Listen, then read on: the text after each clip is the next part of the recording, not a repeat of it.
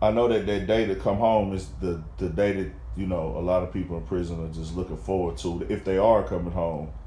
And when you are coming home, I think, and I don't like to put. I'm just can only say what I've heard from other people who've done time.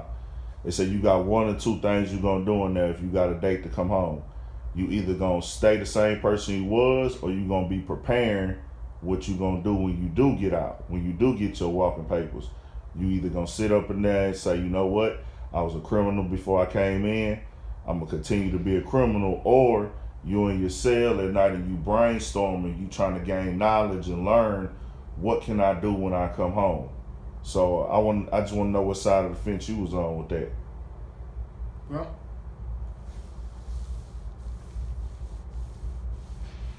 damn sure one on the side of the fence that I'm gonna stay the same way. Yeah. That's for sure.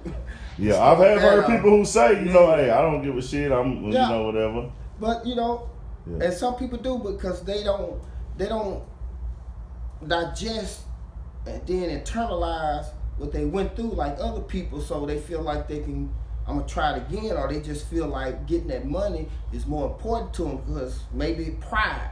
A lot of it has to do with pride. He just can't be broke, especially if a cat actually had a little few dollars out here, then he go do some time. It's like he's obligated to go get money now, which ain't the case. You still can, but maybe on a legit way.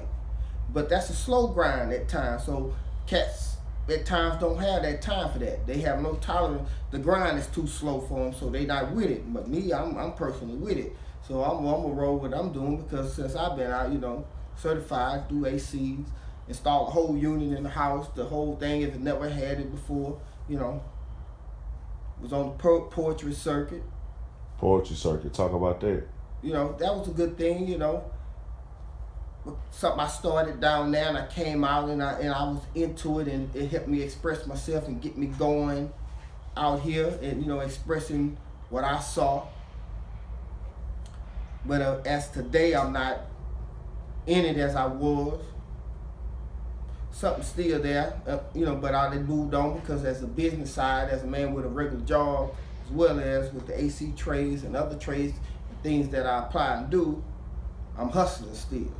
Gotcha. Like I was in the street, so I go get my money because over there I really don't see as much financial benefit. It's just something I like to do, so that's more so of a hobby. Even though I can cash in here or there with it, and then I get a position, I cash in, but right now it ain't coming the way it needs to come. Yeah. So you said poetry circuit, you were like just doing stand-ups and poetry nights? And, open mic. Yeah, because a lot of people might not understand that term, poetry circuit. So you say you just open mic nights around the city doing poetry and stuff. Yeah, you had different venues, and they would have open mic. You come in, jump on the list, and you showcase what you got to showcase for us that night. And if you work the circuit long enough, you'll get you a feature. They're familiar, you coming enough, and everybody can go, and at the end of the show, you might got 4 poems to do. You gonna shut the show down. It's your night tonight. Got you. So you went into poetry. Anything else that you jumped into when you came home that you kind of was like, I'm gonna do this when I come home? Well, I wrote novels that, still in the process of getting out there. I want to put my, my interpretation on certain things, and even though it's in the novel form.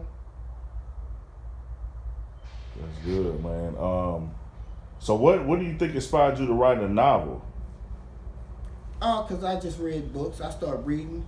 I read at an early age because, like, I go back to my grannies again, to my grandmother. Early in the game, she gave me a dictionary. Brought it to me. Here, there you go. Because I'm watching TV and I'm watching certain shows, and she wanted to make sure I knew everything that they said on TV, I can interpret it. So she brought me a dictionary and said, when you don't know a word that they say, go look that word up and find out what it means. And that took me a long way into developing who I am and how I speak and how I carry myself and knowing words and not being intimidated to go read and research stuff, especially something that might not be interesting. Yeah, I understand. With that type of stuff, like your parents, telling you read this or read that early on, you be so. oh, why do I gotta do this? Cause I was like that. I mean, you might not have been like that, but I was like, man, what I need to read this extra stuff for? But now that you grow up, it's like, man, they really trained you way ahead of time. They put you in them books, man, and that applied to your poetry and your novel and your other skills that you using today. Yeah, exactly. But I was never like that for it. Oh, they want me to read, because my grandmother knew how to present it to me. She presented it in such a fashion. When she did, I was like, "Ooh, Granny's so smart. Yeah, that's what I'm gonna do." That's how I took that, because she presented it in the right text and so smooth that I was like, "Man, Granny's so smart. That's what I'm gonna do." So I started learning words. I remember. I was in middle school, 7th grade, and I used the word obvious. I can never forget this. And it was the gym teacher, and she was like, "You heard him trying to use some big words." And to me, I'm like, that's a regular word. They say it all the time on TV and this and that. Why you so surprised that I know what obvious means? So this is how you look at us, everybody who coming over here to Yo Smith, like these are just dumb motherfuckers over here. So they don't even know about obvious nothing. So for me to use it, she was just flabbergasted. Yeah. Even called another teacher over there, put me on blast. Gotcha. Yeah, I'm like, man, but it is what it is.